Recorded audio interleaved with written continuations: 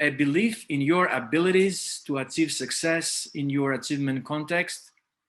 And if we want to see it operationally, it defines how people feel, reason, encourage themselves, and act. Okay. So why do we care so much? We care so much because if you have high self-efficacy, which means you have a high level of belief in your own abilities to achieve success, that leads to higher personal or more personal achievements, less stress, and lower susceptibility to depression. And if we see it in athletes, because you are athletes, higher self-efficacy means higher aspirations and stronger commitment to goals compared to those who have lower self-efficacy. And this is how we're going to talk about it today. Again, a lot of information that I'm trying to combine and simplify and include in one presentation. We're going to talk about the sources, the processes that self-efficacy is going through to, as we see, change the way we feel, we reason, we encourage ourselves and act. And then we're going to go over our lifespan and see how it fluctuates and why. All right. So again, we have the 4 sources and the 4 processes. We're going to start with the 4 sources of self-efficacy, which are mastery, experience, vicarious experience, social persuasion, and affective and physiological states. I'm going to give examples. And if you have any questions, just let me know, turn on your mic or ask your question through the chat room. All right, the sources of self-efficacy. So how you can increase your self-efficacy. Success builds self-efficacy while failure undermines it. So imagine you start your season, right? You win game after game after game. What's going to happen in your belief of your own capabilities? It's going to go up, right? So, and as that's going up, you can face adversity even better, which will bring even higher levels of self-efficacy. Now, let's go to number 2. Have you ever thought about somebody, right, who, let's say, did something that you want to do and that has inspired you to do the same? So you believe that you can do the same. In this case, it is very important that the model you are picking, the person you are picking, has a lot of similarities with your case. For example, maybe that same person, you're playing lacrosse and they used to play lacrosse.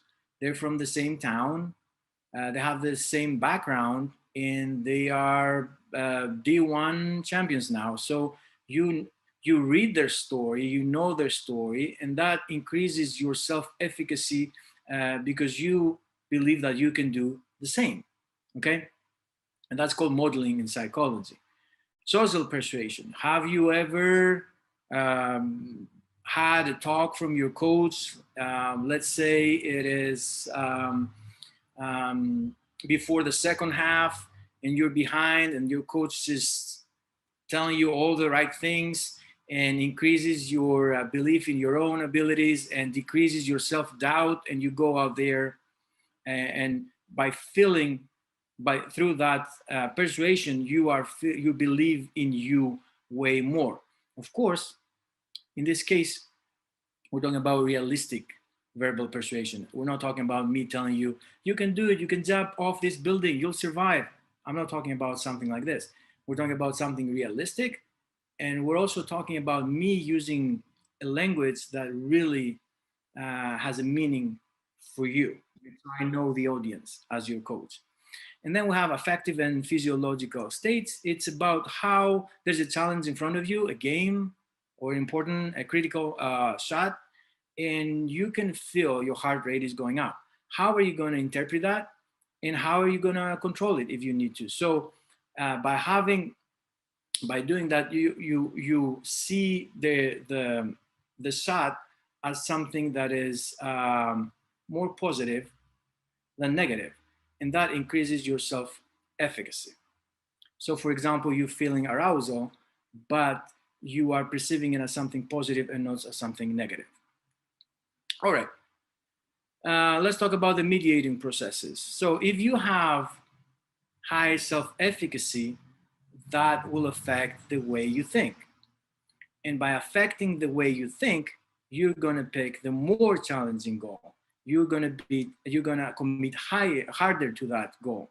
So that's one way self-efficacy works. Also, if you have high self-efficacy, you will have higher motivation. Example, there's a critical side that you need to take. The more you think that you can make it, the more motivated you're going to be to actually go for it, right?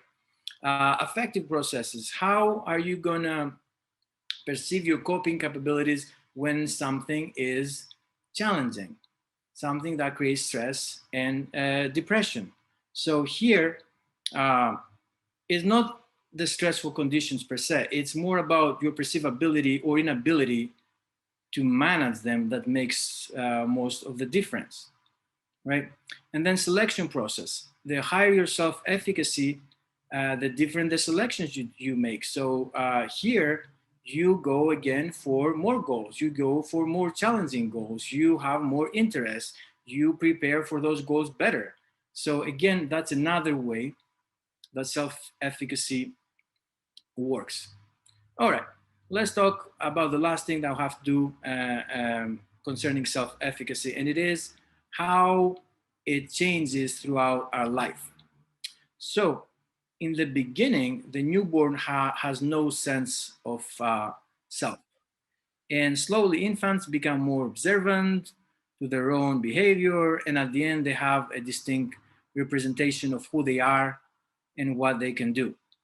Now, then we're talking about children. Young children must eventually gain knowledge of their own capabilities, and that happens through some exploratory activities um, centered in the family.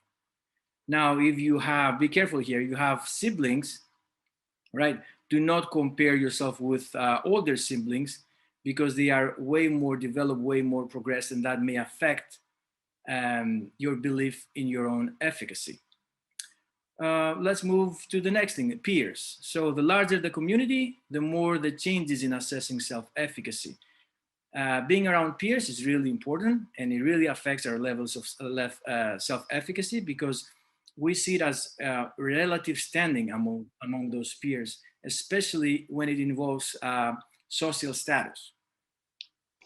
And then we have school. School is the primary setting for cultivating cognitive self-efficacy, and it's a very sensitive period for children. Teachers should create learning environments that have to promote that promote through cooperative learning structures and self-comparisons, not social comparisons. And then we go to adolescence. So adolescents have to assume responsibility for themselves, and as they're becoming more independent, we have some risky behavior that will happen anyway.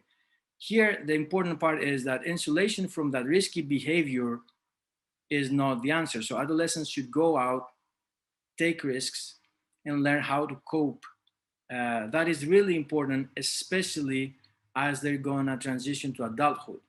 And now we're moving to adulthood. Adulthood is really important because there a lot of new and important things that happen, new demands, friendships, romantic relationships, parenthood, careers. So if you don't have those coping abilities and the high self-efficacy, you're not going to be able to overcome any adversity that may come. And the last one is older adults. So what's interesting about older adults, we have a lot of reappraisals and misappraisals here. For example, why is this happening? For example, physical activities such as power are going to decrease. Also, intellectual abilities such as memory, and memory is really important for self-efficacy. However, expertise increases. So older adults have to reappraise their self-efficacy, and something that is usually detrimental during that period is, loss of friends or spouses, which increases the perceived social inefficacy. Okay, and these are the take homes for generalized self-efficacy. It is a belief in your abilities to achieve success in your achievement context. Uh, Belief in those affect choices, motivation, functioning, facing adversity, and susceptibilities to stress and depression. People's beliefs in their efficacy are developed by four main sources. We talked about them: mastery, experience, vicarious experience, social persuasion, and affective and physiological states. the four major processes and the perception of the self efficacy undergo changes throughout the lifespan.